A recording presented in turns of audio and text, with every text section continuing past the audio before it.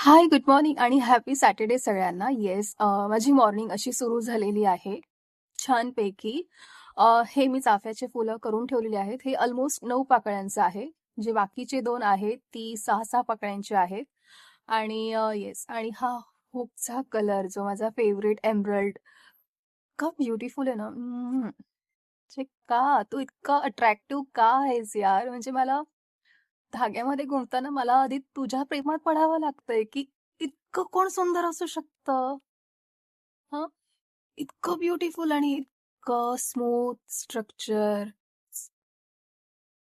ह्यासाठीच मी हा सगळा स्टॉक जमा करत असते, की माझ्याकडे असे सुंदर सुंदर हुक्स असायला हवेत.